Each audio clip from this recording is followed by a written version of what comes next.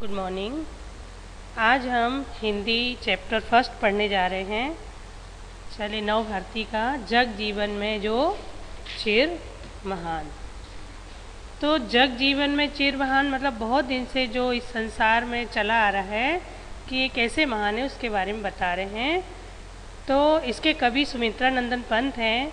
उन्होंने इस कविता में बताया है कि व्यक्ति अंधविश्वास और ऊंच नीच के भेदभाव को त्याग दे तो विश्व में सुख समृद्धि से भरपूर एक नए जीवन का संचार होगा। यदि मानव भय संशय अंधभक्ति और ऊंच भेदभाव को त्याग दे तो सारे संसार में समृद्धि की भावना छा जाएगी। जग जीवन में जो चिर महान सौंदर्यपूर्ण और सत्य प्राण, मैं उसका प्रेमी बनूं नाथ जिससे मानव हित हो समान। अब इसमें जो कवि कहना चाह रहे हैं कि इस संसार में जो सबसे महान है, जिसके प्राणों में सत्य भरा है, जो सौंदर्य से परिपूर्ण है, प्रभु मैं उसी का प्रेमी बनना चाहता हूँ जिससे समान रूप से मनुष्य का कल्याण हो सके। हित माने कल्याण की भावना दूसरों की, और तो प्रेमी बन मतलब उसका वो प्रेमी बनना चाहता है जो मानव का कल्याण कर सके, जिससे जीवन में मिली शक्ति छूटे भय संशय अंधभक्ति, मैं वह प्रकाश बन सकूँ नाथ मिल सके जिसमें अखिल व्यक्ति। अब यहाँ पे जो कहना चाह रहे हैं जिसके कारण जिसकी वजह से अगर वो मानव का कल्याण करेगा तो उसकी वजह से उसको क्या मिलेगी? शक्ति। तो उससे जो उसके अंदर अंधविश्वास डर जो इसकी भावना पड़ी है वो क्या हो जाएगी? खत्म हो जाएगी। वह उसको दूर करना चाहता है।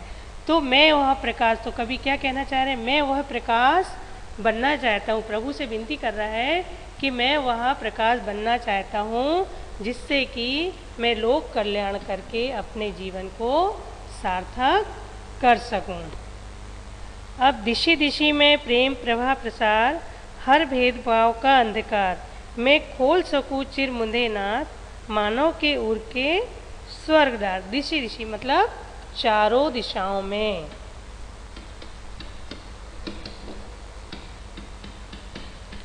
अब वो प्रेम का प्रसार मतलब प्रेम की भावना फैलाना चाहते हैं, और जो हमारे ऊंच नीच की भावना है उसके अंधकार को पूर्ण रूप से खत्म करना चाहता हूँ। तो बहुत दिन से जो मानव हृदय के चिरे मुंद माने जो बहुत दिन से मानव हृदय के जो द्वार बंद पड़े हुए हैं वो उनको उर माने हृदय, तो उनके वो द्वार को खोलना चाहता है। तो जिससे कि अंदर ऊंच नीच भेदभाव सबको मैं खत्म कर सकूं और जो अंधकार छाया हुआ है उसे दूर करके हर मानव के हृदय में स्वर्ग का द्वार खोल सकूं। पाकर प्रभु तुमसे अमर दान, करने मानव का परित्राण, ला सकूं विश्व में एक बार फिर से नवजीवन का महाभियान। तो यहाँ पे परित्राण का क्या मतलब होता है? कि हम रक्षा कर सकें दूसरों की। परित्राण माने रक्षा की भावना होना। तो अब फिर यहाँ पे जो कवि कह रहे हैं, हे प्रभु आप मुझे ऐसी शक्ति दीजिए जिससे कि मैं मानव का कल्याण कर सकूं और उनकी रक्षा कर सकूं। फिर इस विश्व में इस संसार में फिर से मैं जो अंधकार की भावना है उसको खत्म कर सकूं और उनके अंदर जो नव जीवन ला सकूं। बिहान का मतलब होता है सवेरा, मतलब नया सवेरा ला सकूं। अब इस कविता से हमें यह सीख मिलती है कि हमें आपसी प्रेम भाव बढ़ाना चाहिए तथा भय संशय भेदभाव आदि से मुक्त रहना चाहिए। हमें डर की भावना नहीं रखनी चाहिए।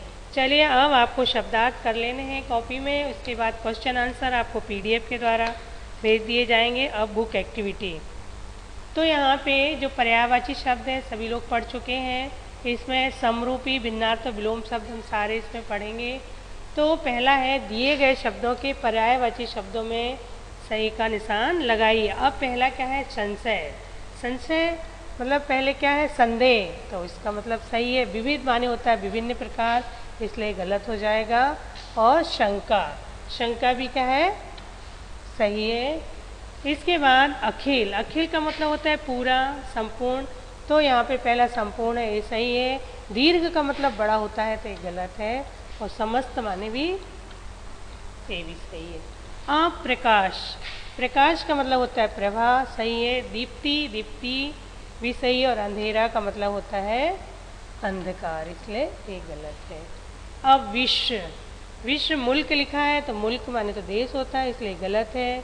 संसार सही है और दुनिया भी सही है। अब सवेरा, प्रातः सही है, सुबह भी सही है और सायं को सब जानते हैं, इसलिए ये गलत है।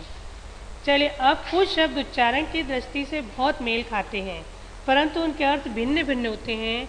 ऐसे शब्द श्रम रूपी भिन्नार्थक शब्द कहलाते हैं। जैसे देखिए, इसमें कढ़ाई दिया, कढ़ाई, कढ़ाई का मतलब होता है शक्ति, और कढ़ाई एक प्रकार का बर्तन है। ये सिर्फ इनमें दो में ड और ड़ा में अंतर है। इसी तरीके से कुछ मात्राओं में, कुछ शब्दों में अंतर होते हैं, मतलब लेकिन बोलने में वो एक जैसे रखते हैं, लेकिन फिर भी उनके अर्थ भिन्न भिन्न होते हैं। तो पहला है आपके, मतलब आपको जो रेखांकित शब्द है उसका ही अर्थ लिखना है।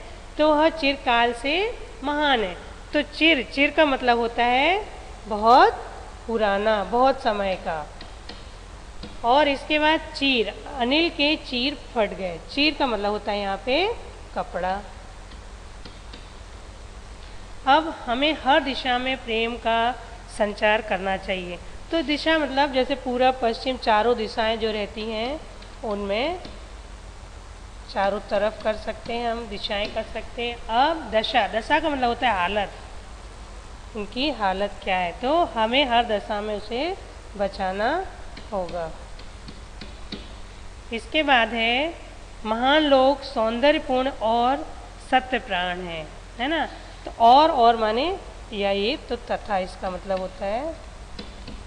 अब इसके बाद राजीव पूर्व दिशा की ओर गया है, तो इस ओर का मतलब क्या होगा, तरफ। इसके बाद है यह दिन दूर नहीं जब भेदभाव खत्म हो जाएगा, तो यहाँ दिन का मतलब होगा दिवस।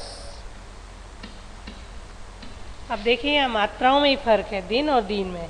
हमें दीन दुखियों की सेवा करनी चाहिए, तो दीन, दीन मतलब होता है गरीब। अब आगे देखिए, अब हम उसको विलोम शब्द बताने हैं उल्टे। तो मानव, मानव का उल्टा क्या होगा, दानव। और फिर है जीवन, जीवन का मतलब होता है मरण। और इसका मृत्यु भी होता है। नव, नव का मतलब क्या होगा, प्राचीन। ये सारे उल्टे हैं। अब महान, महान का मतलब अच्छा होता है, लेकिन इसका उल्टा क्या होगा, तुच्छ।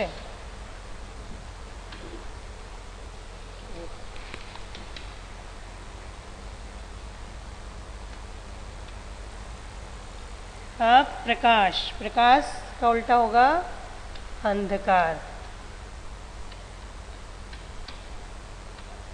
इसके बाद स्वर्ग, स्वर्ग का उल्टा होगा नरक।